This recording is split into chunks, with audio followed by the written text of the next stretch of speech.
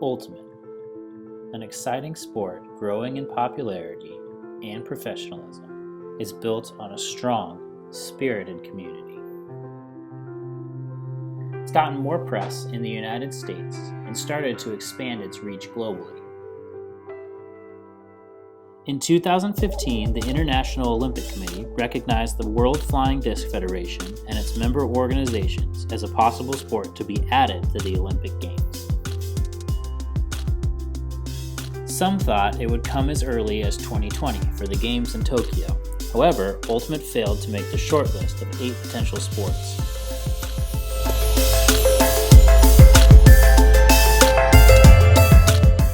Honestly, it's just a matter of time till Ultimate makes it to the Olympics, right?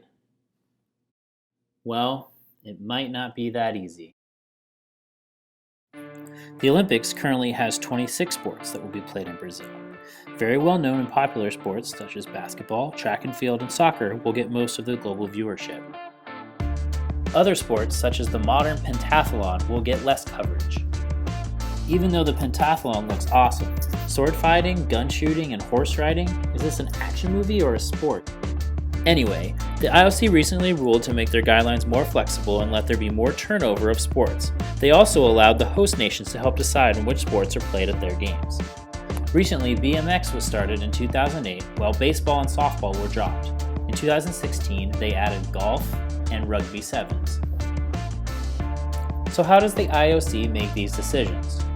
Well, you have 7 criteria: history and tradition, universality, popularity, image, development of the International Federation, athlete health, and cost. Looking at these criteria, there are a lot of things to block Ultimate from the Games. First, let's look at history and tradition. Of the 26 sports in the Games, the Gymnastics Federation was founded first in 1881, and they range to the Taekwondo Federation, founded in 1973. Yes, the World Taekwondo Federation goes by WTF. They might want to consider a rebrand. WIFDF was founded in 1985, which would make it the youngest sport in the Olympics.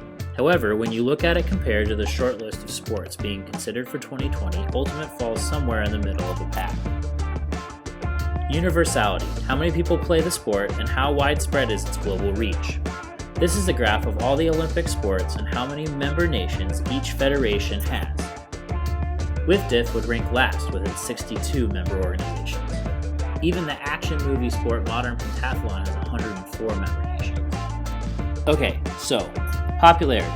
The IOC really cares about TV viewers because that's how the majority of the world consumes the Olympics.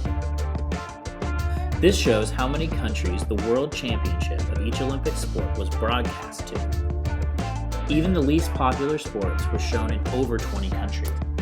Even though the World Ultimate and Guts Championship in 2016 had great streaming availability, the lack of traditional media still poses a problem. Another trouble spot for Ultimate is that it's a team sport. Another IOC priority for new sports is for them to have a minimum impact to athlete quotas. The IOC is concerned with the large Olympic villages needed to accommodate all of the athletes, and the cost to the host nation. Let's look again at the shortlist for 2020.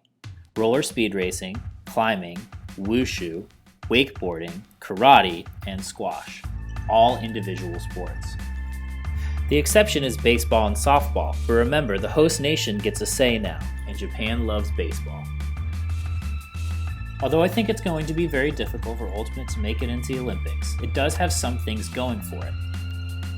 Ultimate is pretty low maintenance and doesn't require any specialized equipment or competition sites. It hasn't been associated with any doping scandals. IOC also listed youth appeal as another priority. Both the IOC and NBC are concerned about the aging demographics of Olympic viewers. This ushered in snowboarding to the Winter Olympics and rugby sevens into this year's Games. Ultimate has also been one of the most successful sports at the World Games. The World Games is like the mini Olympic for sports that are trying to get to the big show. The final match was one of the most attended events at the Games in 2013.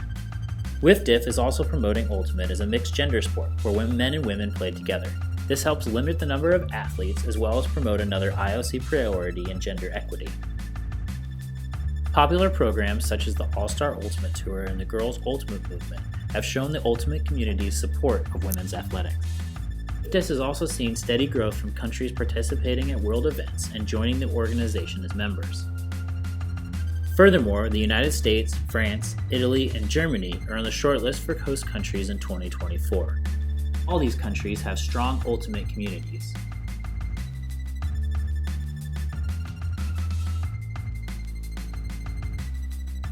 Finally, Ultimate is a fun sport to play, exciting to watch, and it lends itself well to TV coverage as well as in-person spectators.